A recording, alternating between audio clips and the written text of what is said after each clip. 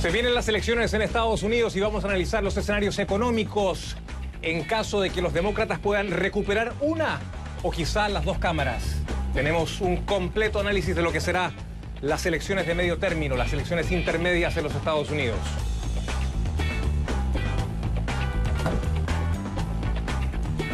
Bueno, analizamos este tema con Dan Restrepo y antes es imposible, Dan, gracias por estar con nosotros desde la Ciudad de México, no hacer referencia a lo que ha pasado hoy día. Primero, un comentario, una reflexión sobre las palabras del presidente Donald Trump. ¿Cómo crees que la Casa Blanca ha reaccionado frente a lo que hemos vivido en Estados Unidos en el día de hoy? Te saludo, muy buenas noches.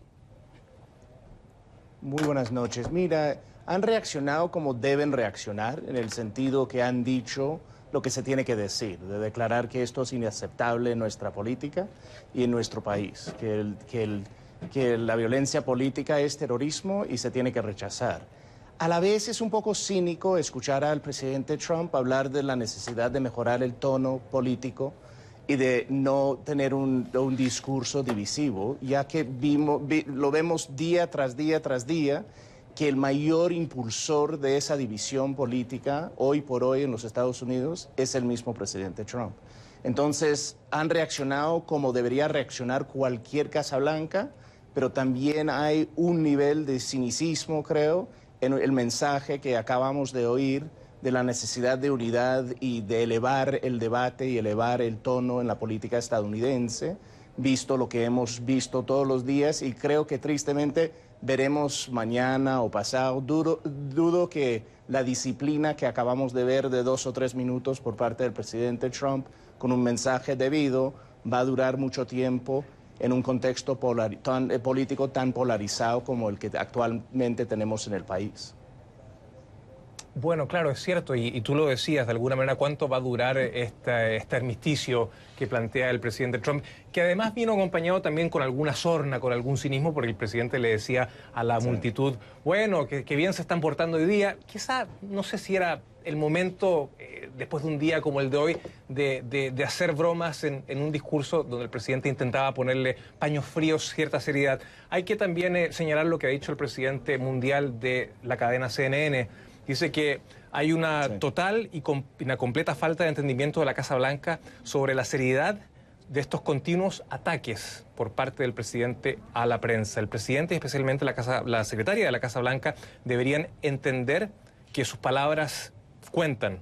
Y ha dicho también que no hay una comprensión, que ellos no han mostrado una comprensión sobre este tema. Y lo cierto, Dan, es que estamos a 2 semanas de las elecciones legislativas. ¿Y cómo describirías tú el clima de estas elecciones antes de entrar en materia económica? Acá en la Florida, te cuento, han votado ya más de 1,5 millones de personas y se espera que vote muchísima más gente de la que ha votado en la elección anterior de intermedia legislativa del año 2014. Si bien es cierto, va a haber menor votación que la elección presidencial del año 2016, pero se observa también mucha efervescencia en varias campañas. ¿Cómo es tu perspectiva, cuál es tu lectura de lo que vamos a vivir en 2 semanas?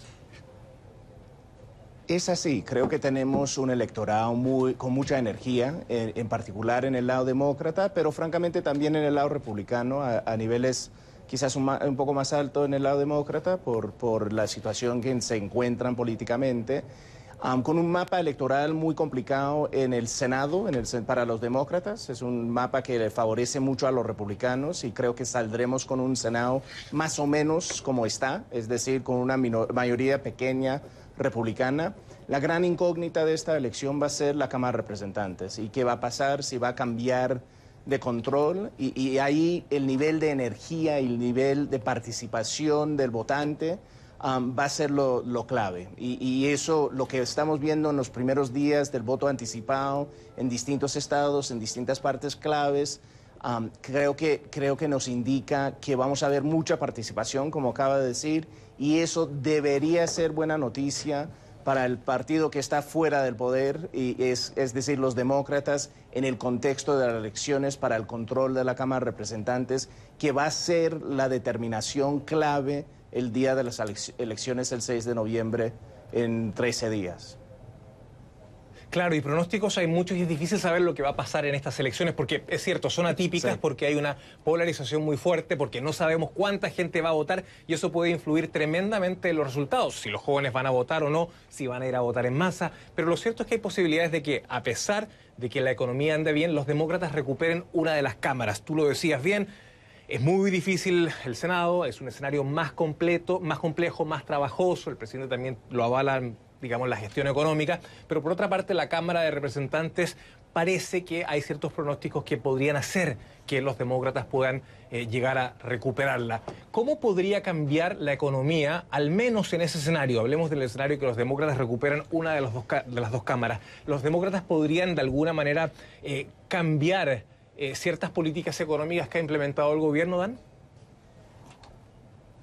Mira, creo que no sé si cambiarlos, sino un poco frenar algo la implementación de ello y en particular complicar, ir más allá en lo que ha hecho el presidente y el Congreso republicano. Entonces, creo que la reforma fiscal que hicieron, el presidente en estos días está hablando de otra reforma fiscal, un poco imaginaria por parte de él, nadie había oído de ello, pero con control en manos de la Cámara, en manos demócratas, es muy improbable que haya más reforma fiscal en un sentido de reducir más impuestos de la forma que los republicanos han hecho anteriormente.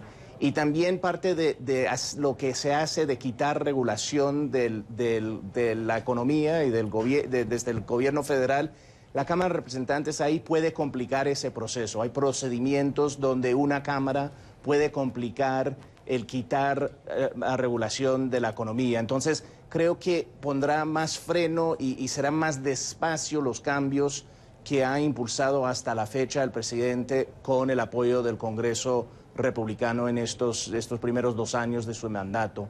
Y francamente, creo que un cambio de control habría mucho más contrapeso y eso afectaría el balance de los poderes en general de una forma, de mi juicio, positivo, pero también veríamos un estancamiento aún más profundo en Washington. Es decir, que se haría menos en el proceso legislativo, un proceso legislativo que francamente no ha funcionado muy bien a lo largo de la última década, y creo que volveríamos a ver un poco lo que vimos en los últimos años de Obama, con un Congreso dividido o opuesto a un presidente, donde hay menos capacidad de hacer cosas, de cambiar cosas a fondo en la economía y en otros sectores estadounidenses. Claro, y si en estos 2 años ha habido una cierta sequía legislativa, imagínate como describes tú, un panorama potencialmente con un Congreso dividido, probablemente esa sequía sería mucho más fuerte. Pero bueno, nada, un comentario final y muy breve por tu parte sobre a la posibilidad de que las regulaciones y el tema impositivo puedan tener ciertos matices.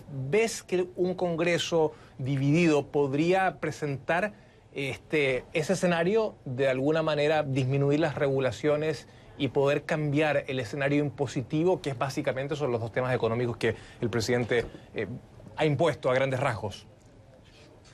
Sí, mira, creo que más que nada veríamos más estancamiento sobre esos temas que progreso en una dirección u otra.